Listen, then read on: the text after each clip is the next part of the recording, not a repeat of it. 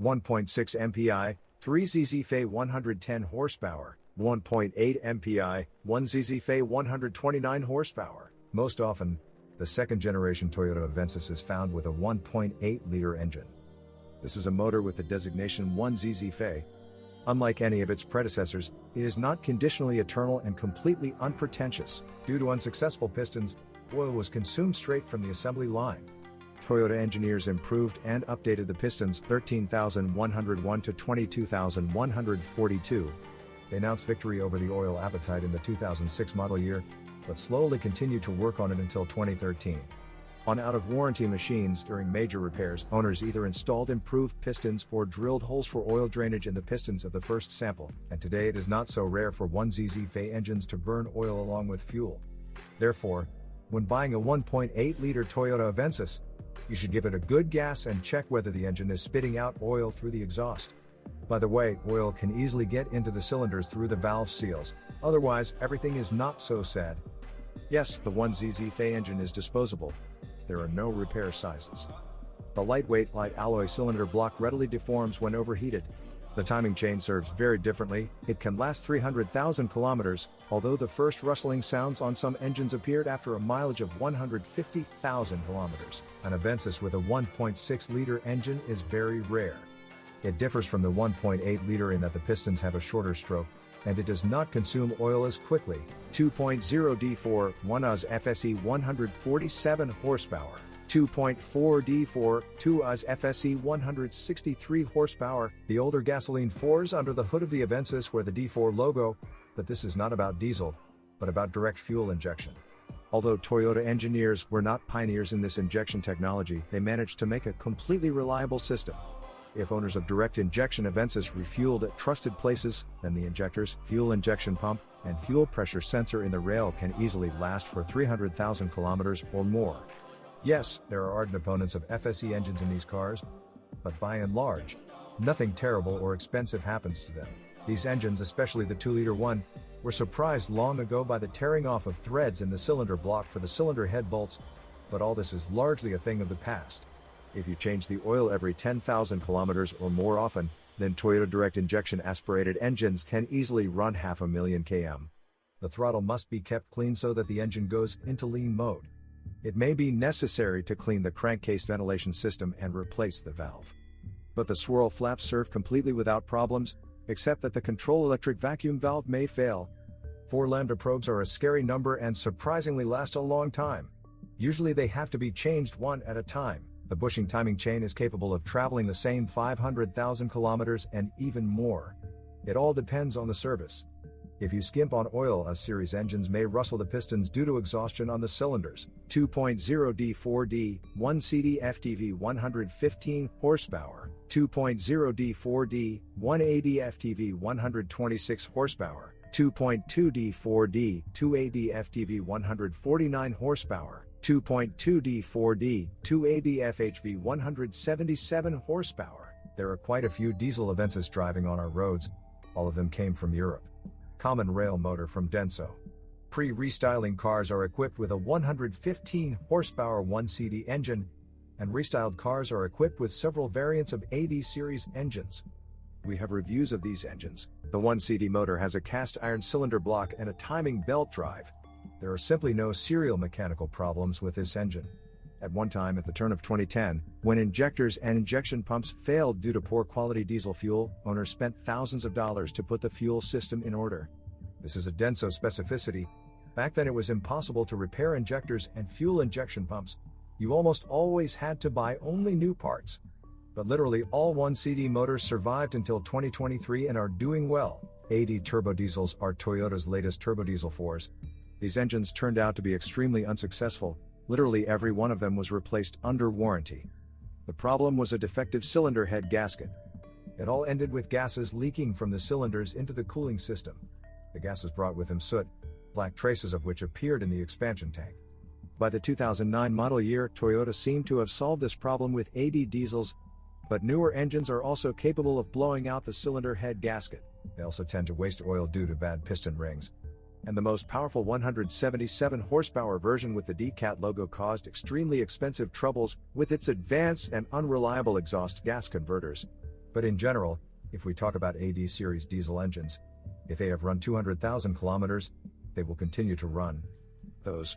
Their most expensive problems can be attributed to childhood diseases. The 5-speed manual transmission of the Avensis may fall apart at high mileage due to the destruction of the ball bearing, 90,363 to 25,067, of the secondary shaft.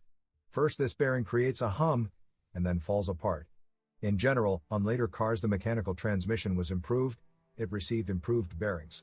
In any case, if the mechanics working in tandem with 1.6 and 1.8-liter engines hum, it is better to repair it as soon as possible by replacing the bearing.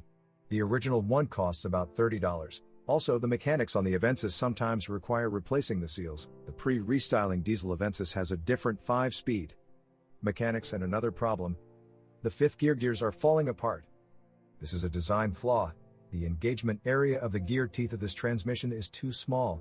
Plus, this pair is located in a separate compartment outside the main body and is poorly lubricated with oil. But a gear that has fallen apart does not threaten the health of other gear pairs, and the repair can be done quickly. You need to change the gear 33,336 to 20,090, clutch 33,395 to 42,010, and bearing 90,364 to 28,023. The restyled diesel Avensis uses a 6-speed manual transmission, which has not been noticed in breakdowns. 4-street automatic transmission U341E for 1.8, 4-street automatic transmission U140/U241E for 2.0, 5-street automatic transmission U151E for 2.4. Surprisingly, Toyota Avensis automatic transmissions are less troublesome and more durable than manual transmissions. Each gasoline 4 has its own automatic, but structurally they are very similar. Without problems, they last up to 400,000 kilometers and even beyond that. In order for them to actually last 400,000 kilometers, you need to change the ATF every 50,000 kilometers, so as not to complicate the life of the valve body, the channels of which easily become dirty. And if you abuse excessively active driving and slipping, then with huge mileage these automatic transmissions are sent for overhaul due to wear of the bearing in the rear cover and itself, as well as due to the poor condition of the front planetary gear. Before this, these machines may buzz. The U151E 5-speed transmission is made more powerful and easier to handle vigorous driving, but its torque converter wears out faster. Therefore, you should not skimp on replacing ATF. The more often you change it, the longer this tenacious Japanese automatic will last. The air conditioning compressor, or rather its clutch, is not very durable and can fail at any time in the summer. This breakdown is unlikely to be prevented. The Avensis ABS unit is from Bosch. This unit has a problem known from other car brands: the conductors between the contacts and electronics circuits break off. But this problem can be solved in a couple of hours using a soldering iron. A curious serial breakdown of the Toyota Avensis is the breakdown of the left axle shaft. It bursts exactly in half in the very place where the vibration damper weight is placed on it. Over time, moisture gets under this rubber part, the paint there cracks and the axle shaft becomes thoroughly rusty. To somehow stop or prevent this process, owners cut off the damper. This will work if the corrosion there is moderate. The original left axle shaft, 4347009N40, costs about $500, but literally the only replacement costing about $30 saves the day. You can also consider installing a used left-wheel drive. As the caliper guide bushings wear out, the play increases, so eventually the calipers begin to rattle while driving. All this is the result of a lack of cleaning, lubrication and simple maintenance of the calipers. Avensis with a 1.8-liter engine is equipped with an electric steering rack. Usually its electrical part does not suffer from any breakdowns, but the rack itself begins to tap at high mileage. It can drive with a knock for a very long time.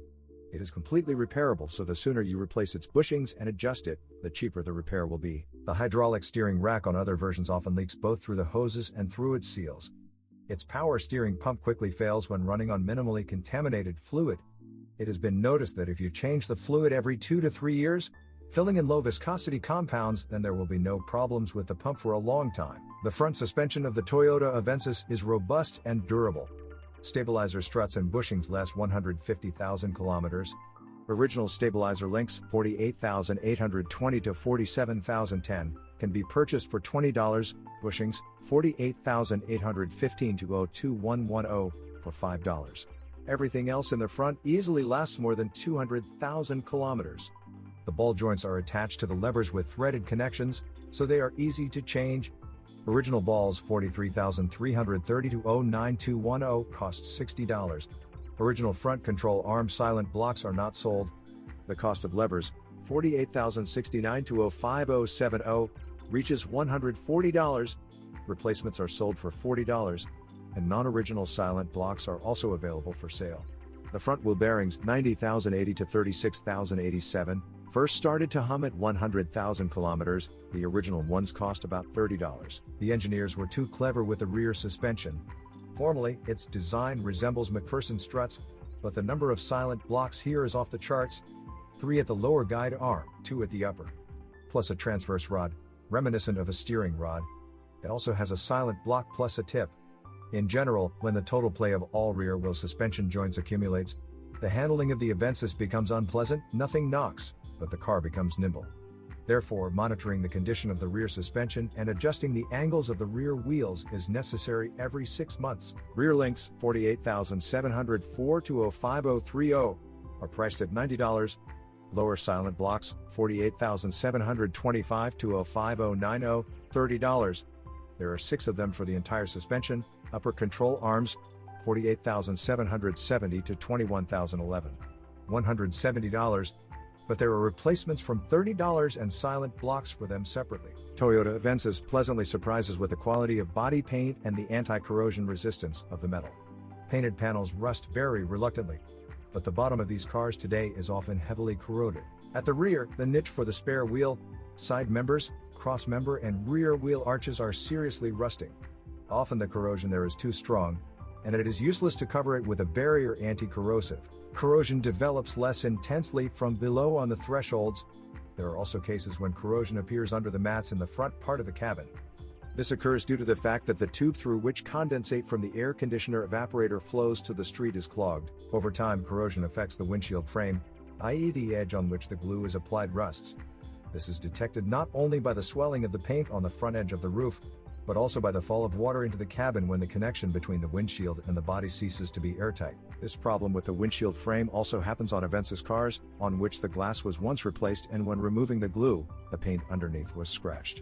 Note that sometimes the rear window frame also rusts.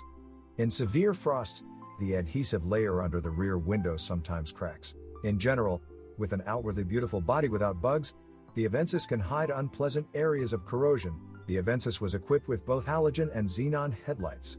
Over time they will all go blind. The lampshades become cloudy, the coating disappears from the reflectors behind the lenses. In general, you have to invest either in restoring the vision of standard headlights, or buy used ones in good condition. There are also options for installing non-original headlights from Eastern manufacturers and, for the most daring, installing non-original LED lenses. The rear lights of the Avensis are pressed against the body through seals made of porous material. Over the years, these seals dry out, after which rainwater with debris or water after washing is poured into the lamp housings. The same water is poured through the holes into the pockets behind the trunk upholstery. In general, while the lights are cleaned, their seals need to be replaced. Otherwise, over time, dirt and insects will collect in the headlights, and moisture will destroy the chrome decor. Quite often the trunk lock fails, but this is fixable. You will have to remove the lock. Oxidation of the contacts will be found right under the plastic case in which the motor is located. You need to remove the oxides, and the castle will come back to life. In addition, water can get into the trunk button through a very flimsy seal. Again, careful cleaning of the button circuit board often helps. The lock motor may also work normally, but the lock will not open if the rod that reaches it from the key cylinder is loose. The owners of Avensis cars have found a way to eliminate the backlash in the rod. They add a spring along the rod, which pulls it towards the lock. Over time, extraneous creaks appear in the depths of the front panel, as if there were mice there. In fact, the noise is made by the ventilation dampers, which are constantly moving because do not find the desired position. To deal with this, you will have to get to the damper servos from the glove compartment and open their housings. There you can see the tracks of the position sensor. You just need to smear the lubricant along these tracks again, then the servos will work without problems.